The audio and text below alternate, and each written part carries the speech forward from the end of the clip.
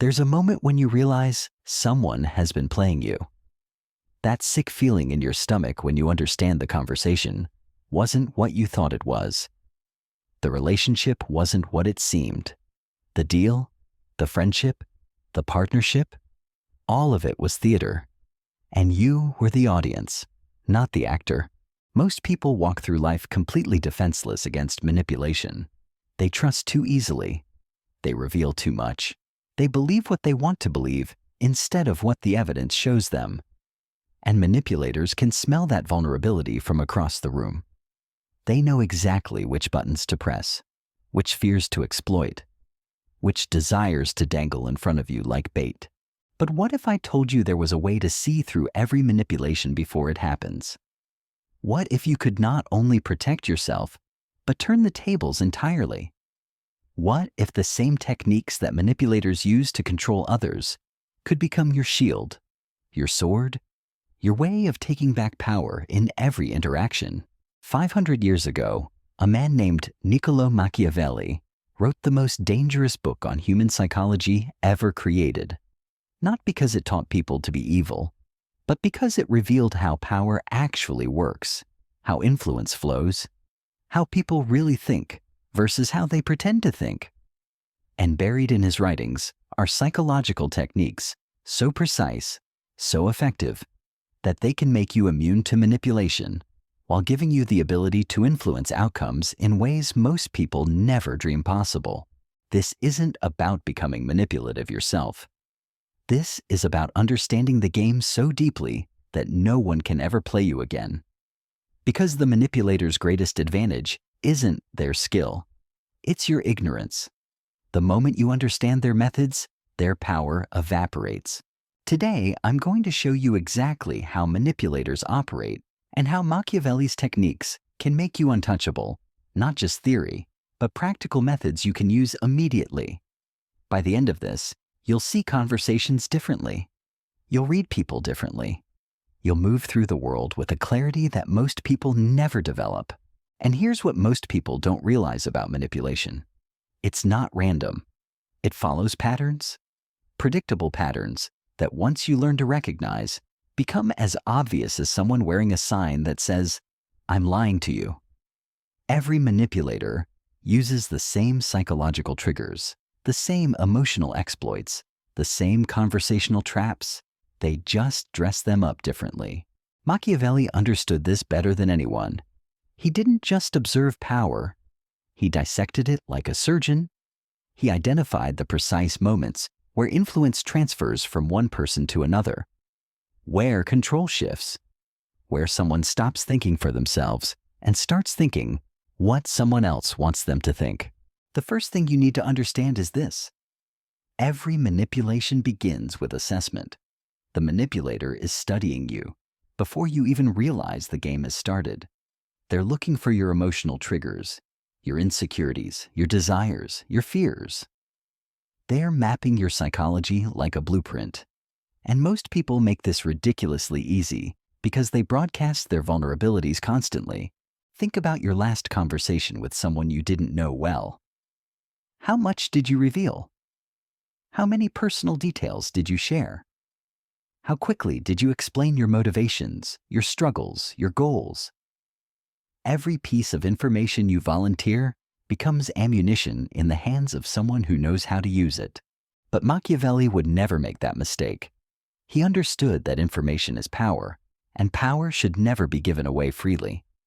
The moment you stop oversharing, stop over-explaining, stop trying to be understood by everyone, you become exponentially harder to manipulate. Because now they're working with incomplete data. They're guessing instead of knowing. Here's the first technique. When someone asks you a personal question, especially early in a relationship, give them the minimum viable answer. Not because you're hiding something, but because you're controlling the flow of information. Watch how they respond to that boundary. Do they respect it and move on?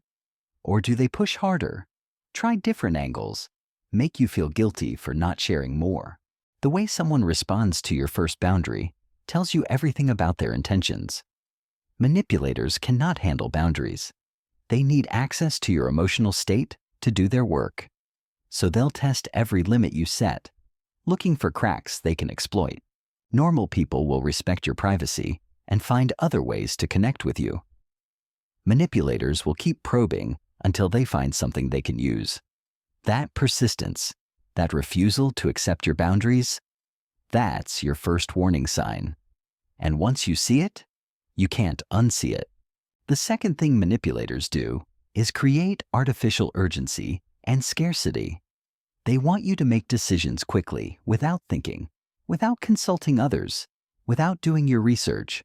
They'll say things like, "This opportunity won't last long," or "I can only offer this to you," or "You need to decide right now or lose out forever." Machiavelli would laugh at these tactics because he understood something crucial. Anything truly valuable doesn't need pressure to sell itself. Quality speaks for itself. Legitimacy doesn't require urgency.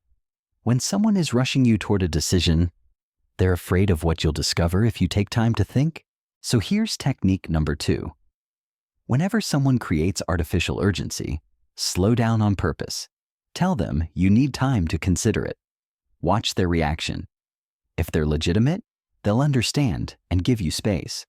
If they're manipulating you, they'll increase the pressure. They'll make you feel like you're missing out, like you're being foolish, like time is running out.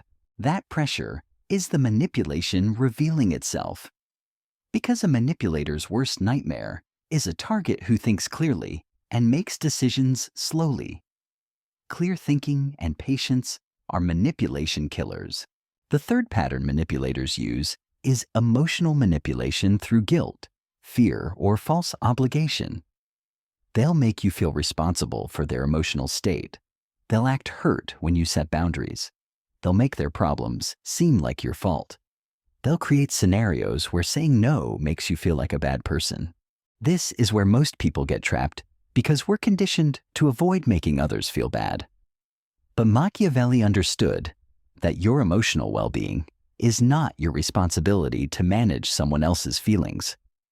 When someone consistently makes their emotional problems your emergency, that's manipulation. Technique number 3 is simple but powerful. When someone tries to make you feel guilty for having boundaries, don't defend yourself. Don't explain why your boundary is reasonable. Don't try to make them feel better about your decision. Simply restate your position and let them sit with their own emotional reaction. This does 2 things.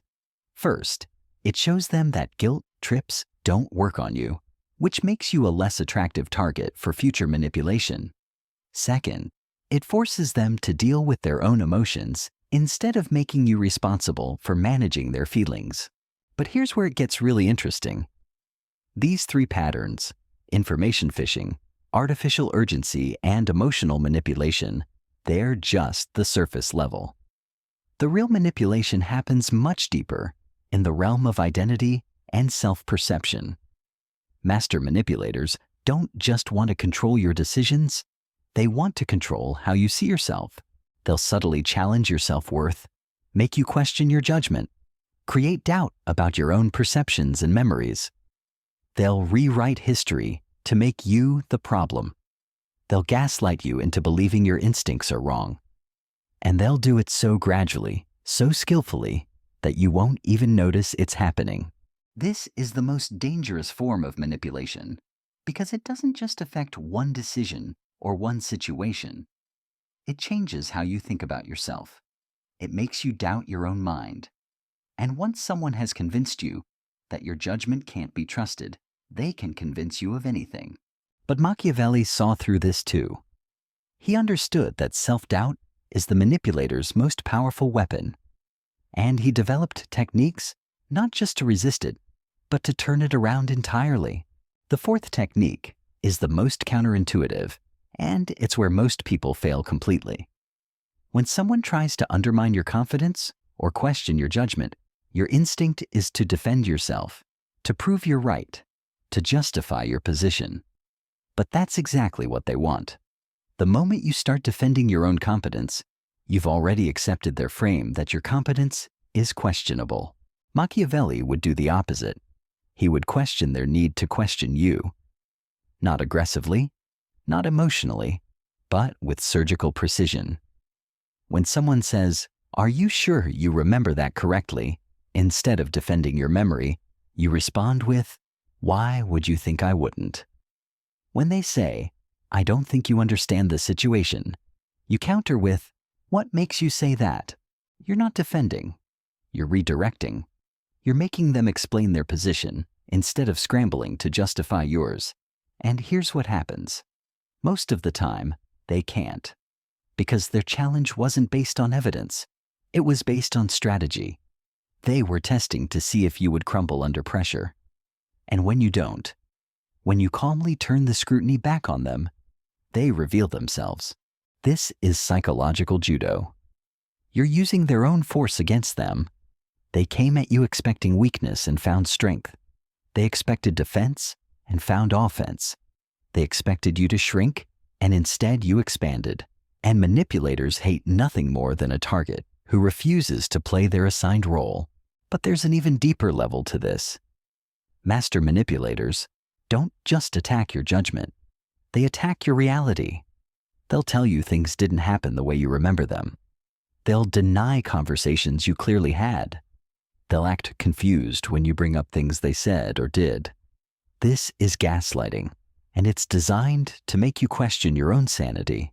The fifth technique is documentation, but not the way you think. You're not recording conversations or keeping written records, though those can help.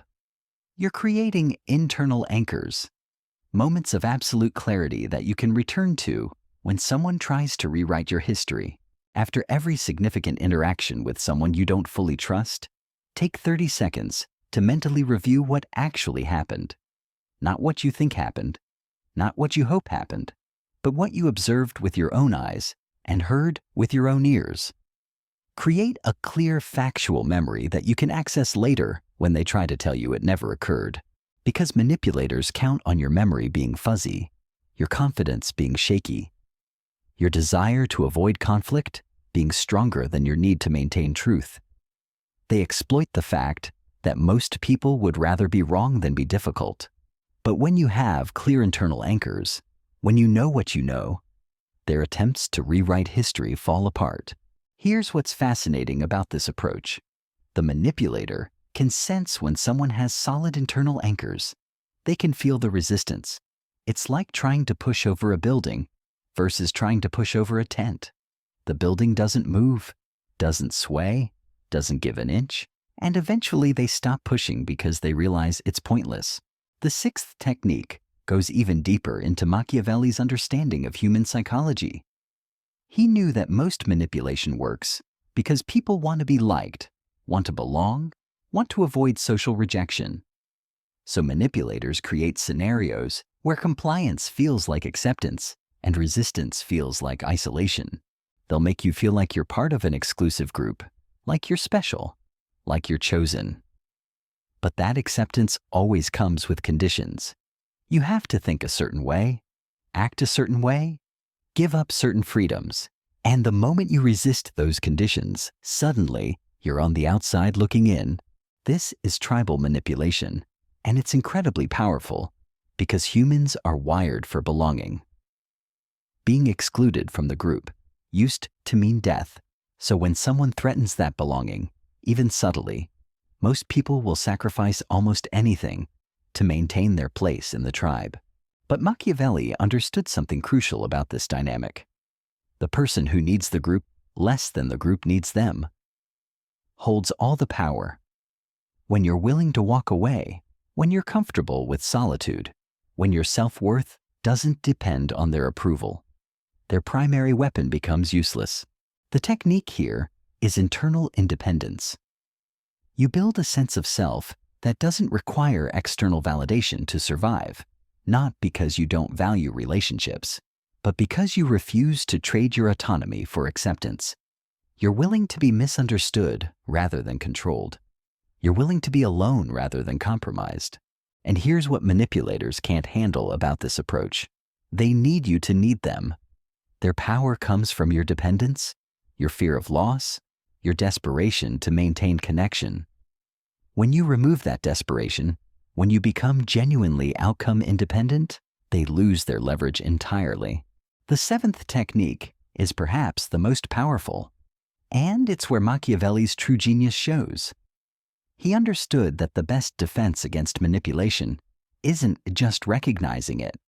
It's becoming so internally solid, so psychologically grounded, that manipulation attempts bounce off you like arrows off armor. This isn't about building walls or becoming cold. It's about developing what Machiavelli would call sovereign thinking. You think for yourself, you trust your own judgment, you make decisions based on your own values rather than other people's opinions. You become the author of your own story instead of a character in someone else's narrative. When you achieve this level of internal sovereignty, something interesting happens. People can sense it. They can feel that you're not available for manipulation. It's like you're speaking a different language than the one they use to control others. And most manipulators, when they encounter this, simply move on to easier targets, because manipulation is ultimately about efficiency. Why spend enormous energy trying to control someone who can't be controlled when there are dozens of other people who will fold at the first sign of pressure? Manipulators are predators, and predators always choose the path of least resistance. But there's one final layer to this that most people never consider. Once you've mastered these techniques, once you've become immune to manipulation, you face a choice. You can use this knowledge purely defensively, to protect yourself and live freely. Or you can use it to help others recognize manipulation in their own lives. This is where Machiavelli's deepest wisdom reveals itself.